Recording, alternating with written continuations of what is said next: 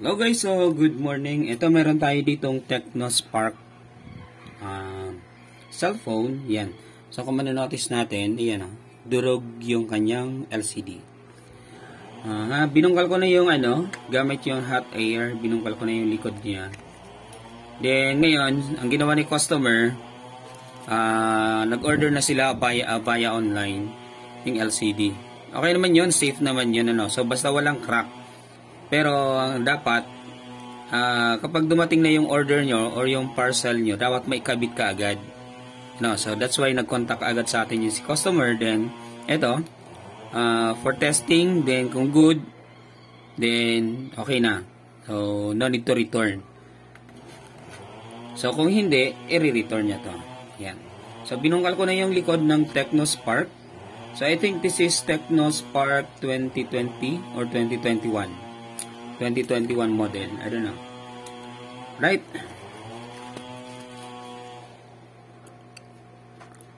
So, bungkalin na natin to guys. So, ito kasi, bago natin matanggal itong frame na to, frame case. So, bago natin yan matanggal, kailangan munang baklasin yung likod niya. Kasi meron yung mga tornilyo. Hindi yan kagaya ng ibang na pag inangat mo lang, so matatanggal mo na siya. So ito hindi. Kapag mga ganito kakapal, so for sure palagi yan meron yan sa ilalim.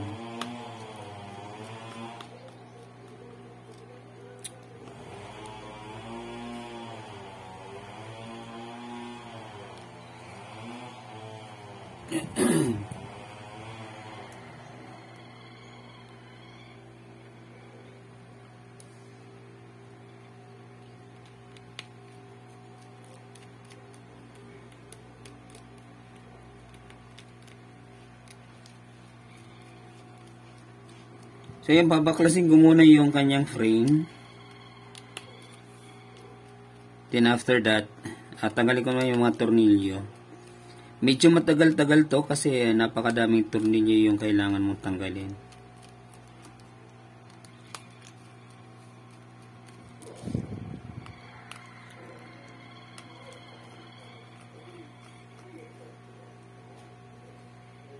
So pag ganito, yung mga silver, so sa ilalim, dito sa baba.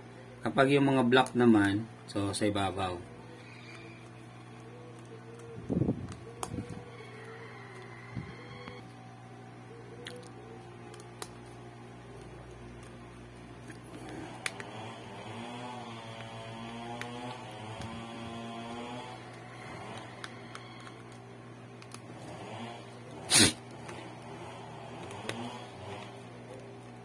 Yan, medyo sinisipon tayo. So, maingay dito sa amin kasi merong nagpuputol ng punong kahoy. Kasi bukas datingan na yung So, bukas darating na si Pipito. So, pumasok na siya kaninang madaling araw sa PAR natin, Philippine Area of Responsibility. Kaya, expected tomorrow or by Monday, tomorrow evening or Sunday morning, magla-landfall ang bagyong Pipito dito sa lugar namin, sa Bicol region. So, medyo malakas daw si bagyong Pipito, kaya ayun. So, una kong ginawa kanina, sinecure ko muna yung mga computer ng laboratory ng school namin. So, kaya yan, pauwi lang natin, then back to work tayo guys. So ngayon, in preparation for the typhoon, so suspended, classes suspended na. So yun yung nangyari. Okay na din kasi para at least makapag-ready, ma-ready yung classroom, laboratory room, may secure. Kasi totally ma-secured talaga.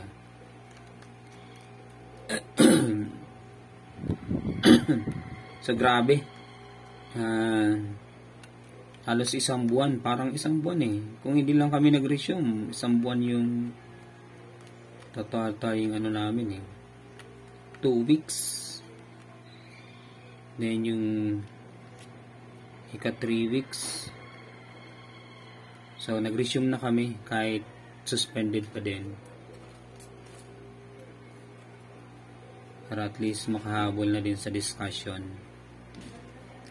So ito na guys. So yan, baklasin lang natin yung frame niya. Yan. So ganito lang siya. Yan, alright. Yun.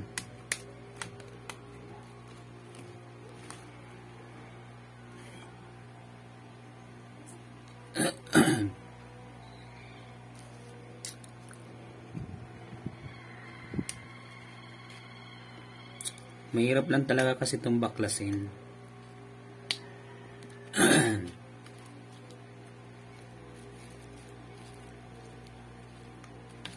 Yun. Alright. Yun. Ay nako. Kala ko nasira ko na eh. Puti na lang hindi ko nasira eh. Ayun nga, nasira ko guys. Nako, abonado guys, abonado. Abonado guys, abonado. Naputol. Hindi naman pala. Yun. Sige. Then, alright.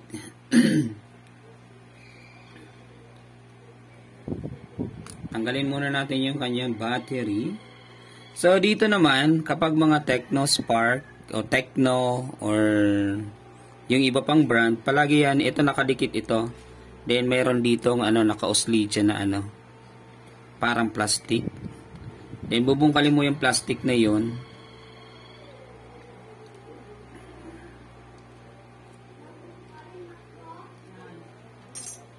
Ito, bubungkalin natin yung plastic na to.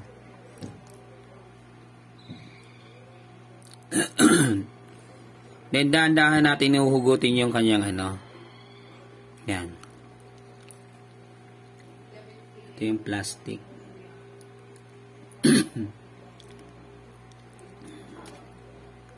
Okay. Alam ko ano to eh. Parang ang hirap.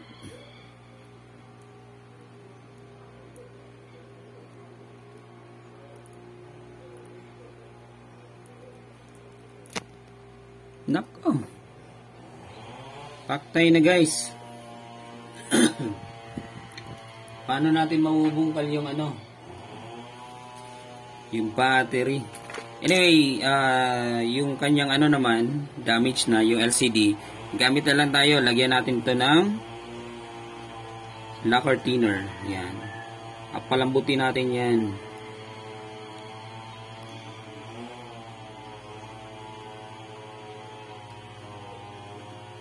Gamit lang kayo ng lacquer thinner.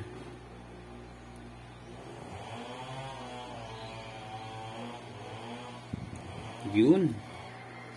Alright.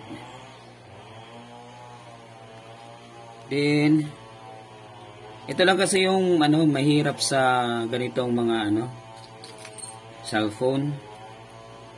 Yung kanyang battery, ang hirap baklasin.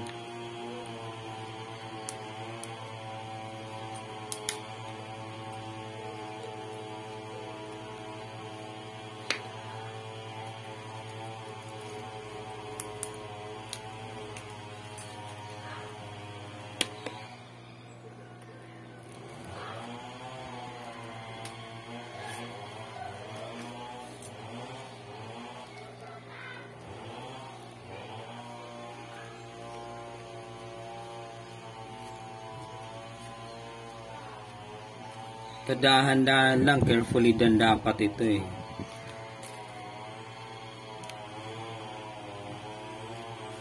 Yun. Kasi pag nabutas mo yan, nako, dyan tayo kakaproblema.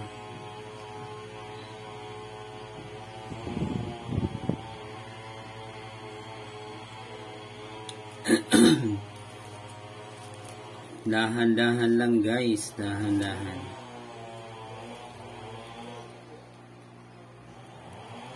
Iwasan na mabutas.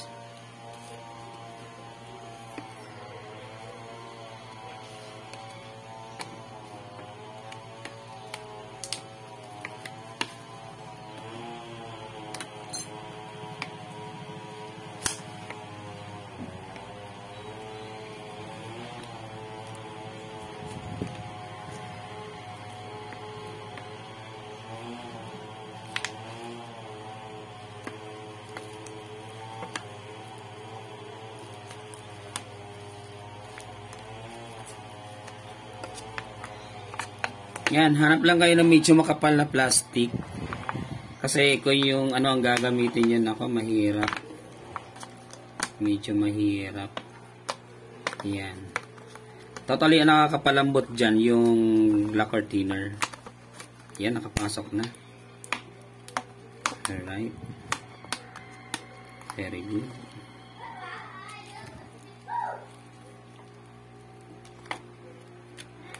Yun.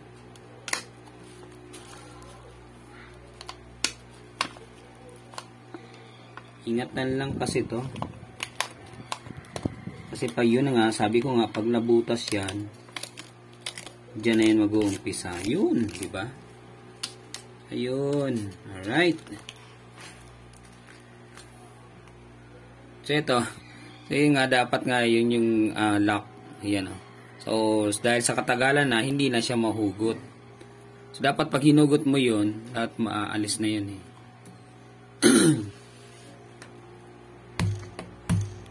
Yan, i-flatten ulit natin.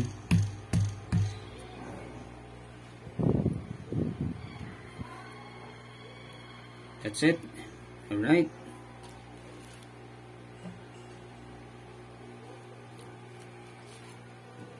Ayun.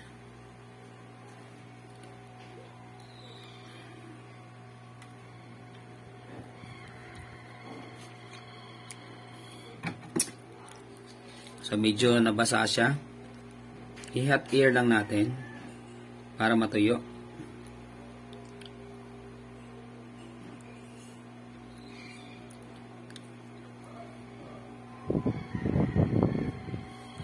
Ayan guys, so ito na.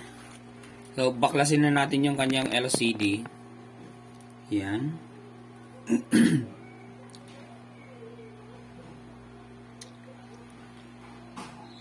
Yung init dito ay 4, while naman yung hangin is 3. Now, kung wala naman kayong hot air, pwede nyo naman yung baklasin gamit lang kayo medyo matigas na nito. Yan. Then, lagyan nyo ng lacquer thinner. Kung wala naman, so since basag na, baklasin mo na. So, mas madali nang baklasin kapag sira na. Pero kung may problema sa loob, then kailangan yung na palitan o baklasin yung LCD. So, kailangan mong ingatan yun.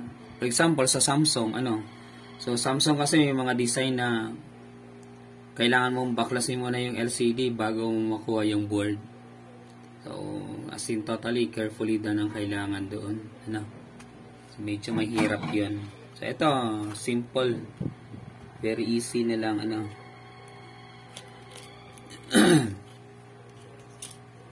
Right?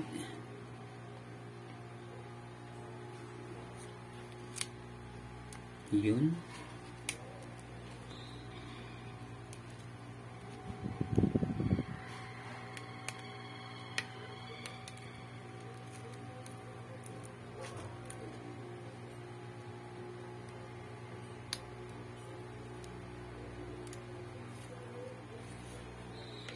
That's it.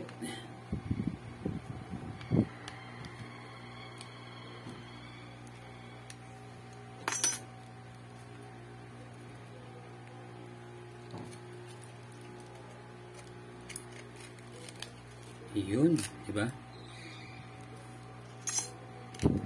And baklasin mo na yung kanyang flex. Ayan.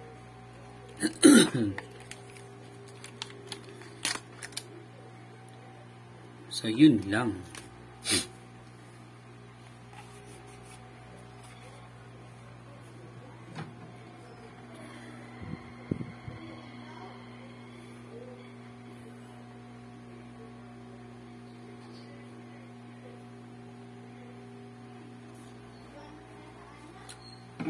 Okay, so dito linisin natin kasi may mga debris, tira-tira Yan, tira-tirang parte ng LCD. At ito guys, ito. So lilinisin natin 'to.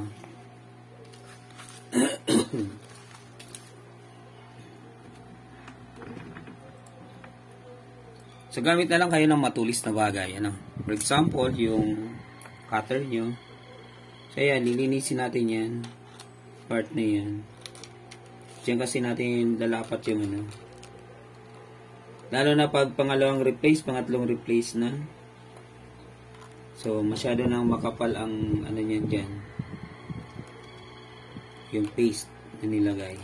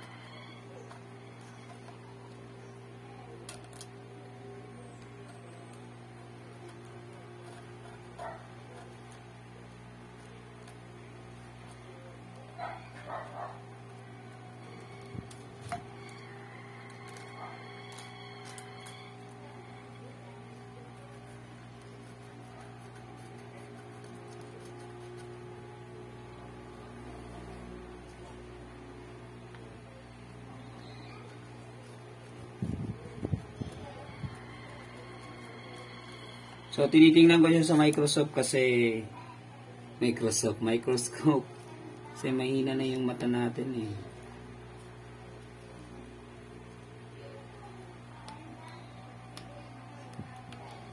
Kailangan munang linisin ng maayos bago maglapat ng LCD.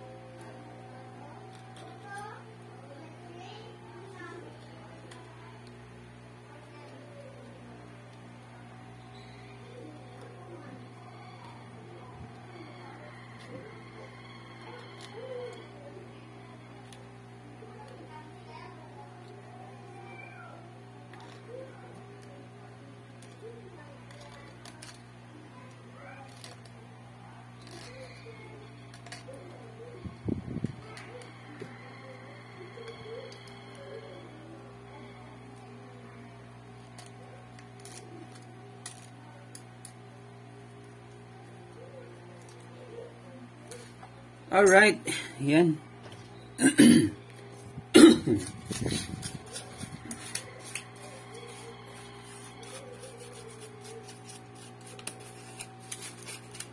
Sige. Yan na nga siya.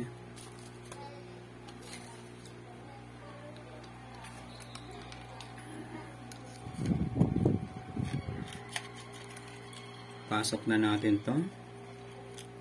Dapat.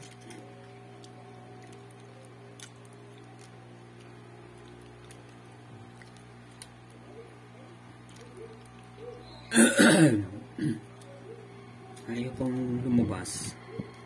Yun. Right. Tingnan natin kung lapat na lapat. Dapat lapat na lapat para pag finish natin.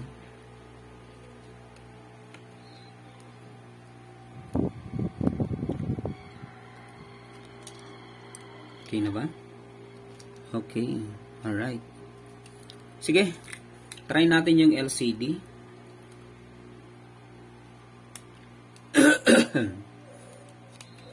Naubo tayo guys. Kahapon kasi palaro namin. So ang init sa lugar. Palaro yun ha. District meet. So chess yung ano natin.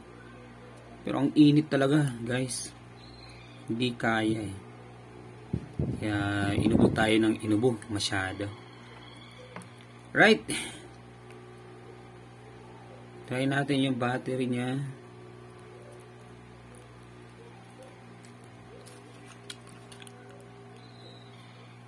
Okay, fine.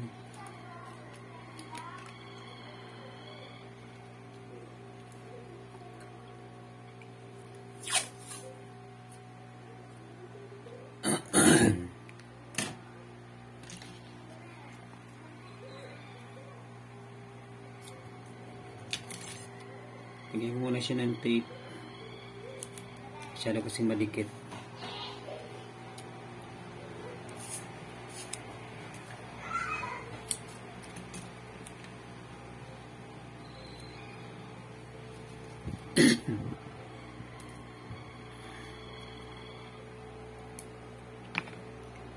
Right?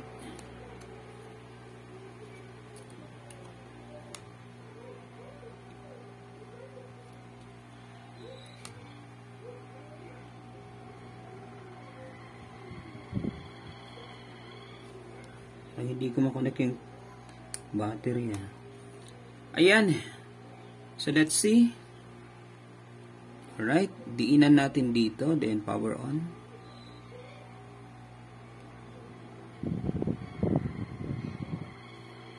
Ayan. So, may display na siya, guys. Display. So, hindi lang dapat display yung tinitingnan natin. So, let's see if it is working. Ay, nag-antok na ako. Yan, Tecno.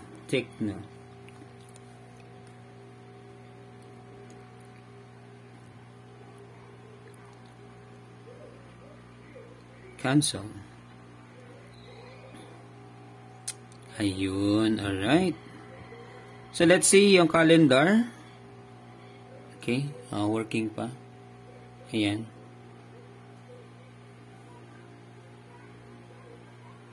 So, yung kulay na yan, sa ano yan?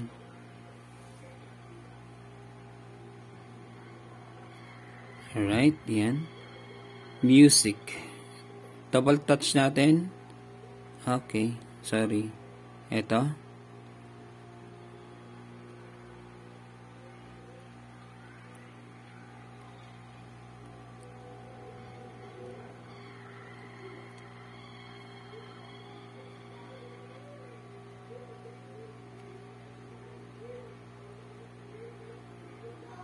Bakit ayaw?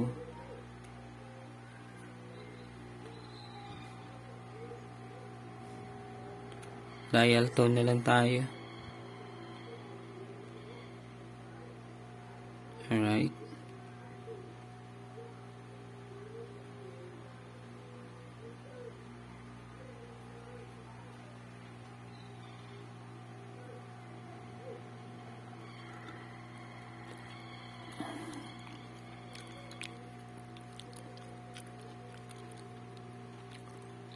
Dami na ko open application ha. Right, so okay naman yung LCD. Let's turn it off. Then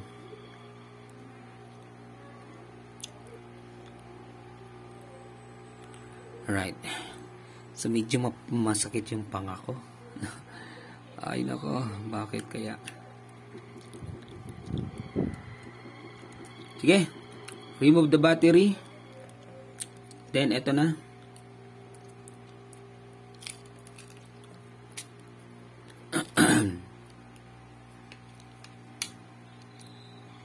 Yan, magtrabaho na tayo.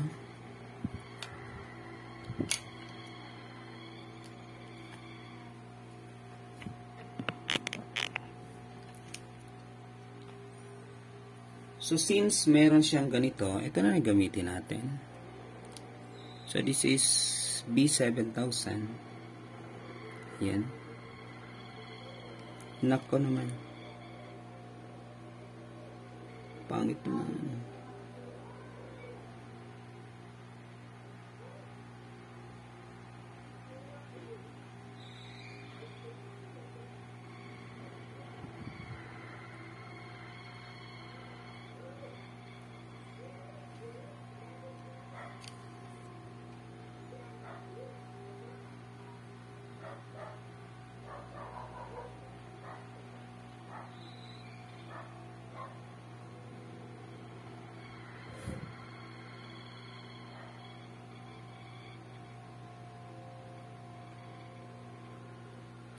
Yan.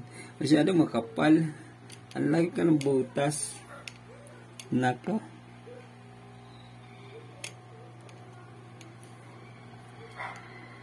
Pangit pala to. Kumpara doon sa gamit natin. Laki ng butas, oh. Ang kapal. Nakaw. Yan, lapat. Lapat na natin. Right. Alright. That's it.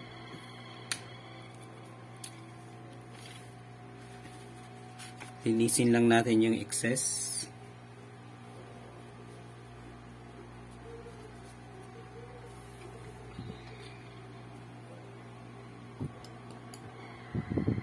Gamit tayo ng lacquer thinner. Alright. Yun. Punasan lang. Para matanggal yung excess.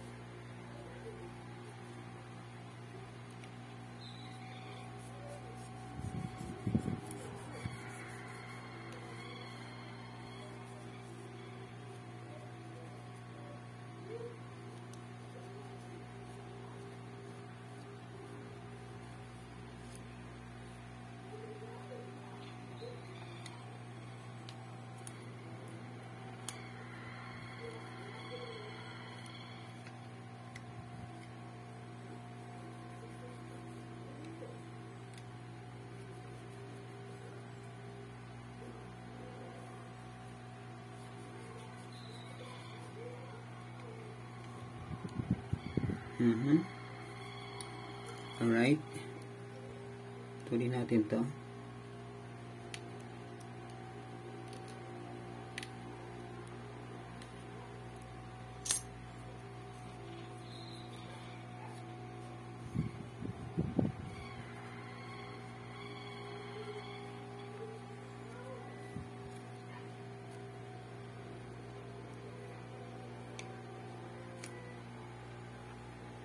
Okay, so yan. Lagyan natin ng mga tape dyan. Tape dyan. Hayaan muna natin na tumuyo siya. Matuyo. Tape dito. Tape dito. Tape dito. Yan. Tape dito. Yan. Tape dyan. Yun.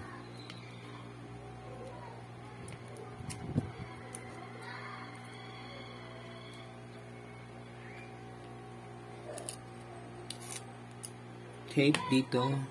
Yan. Tape dito. Yan. Tape dito. Ayan.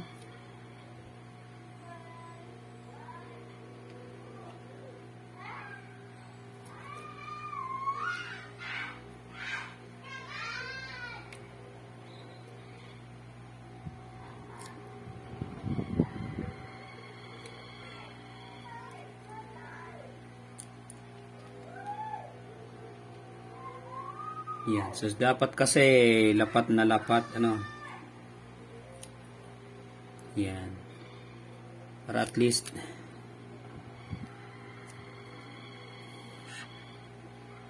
dumikit talaga. Kasi lapat na lapat. Tingnan nyo muna. Ulit. Tingnan ulit. So, dapat lapat na lapat siya, guys. Yan. Naubos na natin yung tape natin. Yung mga used tape natin yan. Ginagamit natin sa mga LCD. Yan.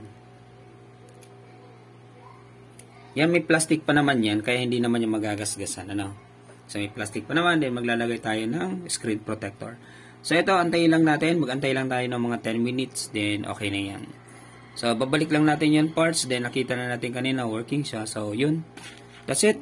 So, sana may natutunan tayo paano ba magpalit ng printhead, ng LCD ng Tecno Spark cellphone. Thank you so much. This is always your Kotek, Alan Altamarino. Peace out guys. Signing off.